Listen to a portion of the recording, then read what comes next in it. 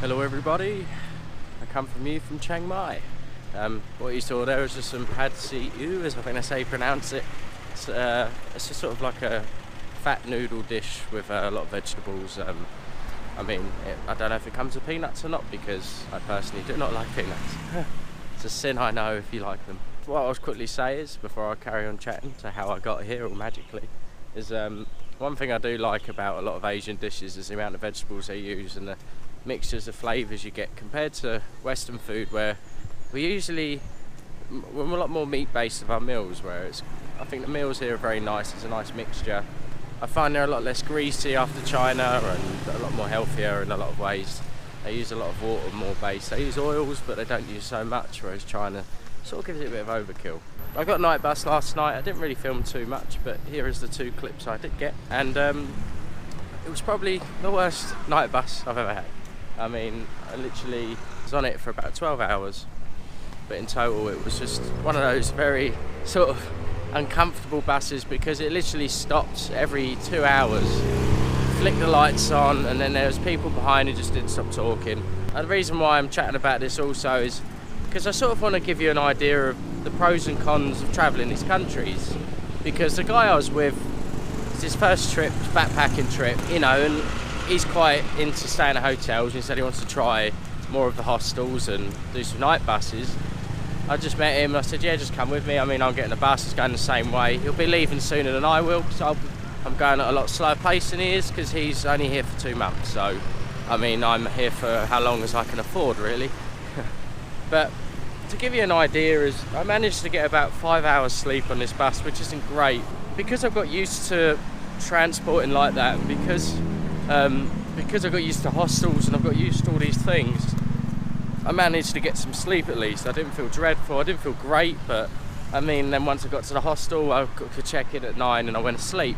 Whereas someone who's never been on a night bus before, he managed no sleep. He said he was awake the whole night, he felt like crap, and yeah, he checked in. I haven't spoken to him since, so presumably he might still be asleep or trying to sleep. All I'm going to say is, it's the way I travel around. Don't take it for granted it'll be best for everyone. It's the same as travel that other people do, which I wouldn't be able to stand. There's some people who really do rough it, sleep in tents, they don't shower for a few days. I couldn't personally not do that unless I really had to. To get up to Chiang Mai from Bangkok, all you have to do is one website I do recommend you use is One2 Go Thailand. I think they do cover a lot of Asia. Do you have One2 Go Asia, which is practically the same thing.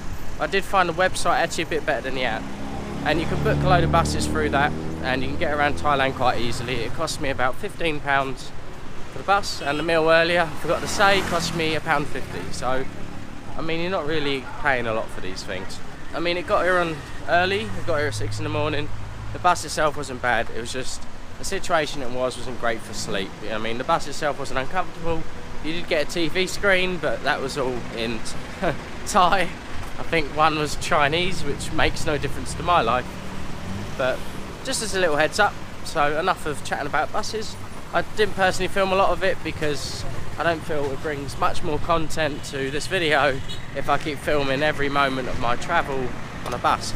So, but all I'd done yesterday was just relax, chill out, and then got the bus at 8 in the evening, so it wasn't a serious day. I thought I'd say, just in case you didn't know, Chiang Mai is north of Thailand. It's quite a few things to do here, I think, to do with waterfalls. I'm debating whether to go up and do that. I personally don't really want to do anything to do with tours or anything, but I might be able to get away to get up to some waterfalls, maybe get up with a tuk-tuk or a taxi or whatever and rent a pedal bike. I think we're made of something.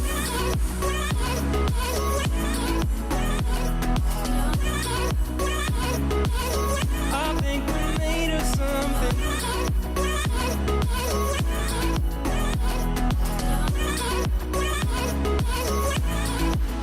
I keep my time in a pocket.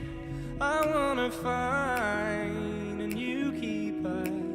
Yeah, this tree, there's these types of trees I keep seeing since Hong Kong or southern China. It's really weird because it's apparently linked to a tree where the roots, they grow down and they grow into the ground like shooters, but these don't actually separate. It's like almost linked, but doesn't actually, not efficient way of actually where it breeds. It's just funny when you see things which you've seen from countries miles away.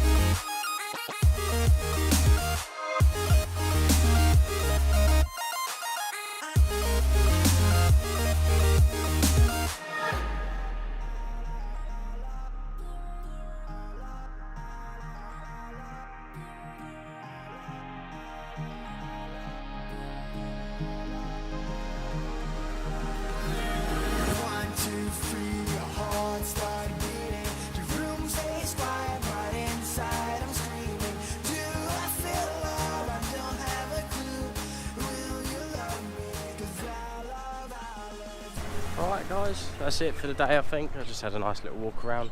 So hope today's video is sort of helpful. I mean, if you are planning to get like night vehicles and stuff and it's your first time, it's probably when you're going to struggle the most. Luckily my first time I ever got a night vehicle was in Japan, so that really was a nice introduction compared to what you can expect.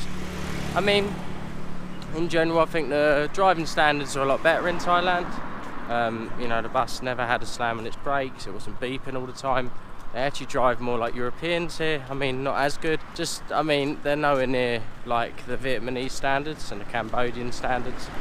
So, I mean, in that way it's more comfortable. It was just a bus I got on, I think. It was just an unfortunate journey, but it wasn't that bad in the end. I hope you have a good day, whatever you're up to, and more to come tomorrow. So, until then, I hope you have a good day and take care of yourself. So, speak soon guys, bye now.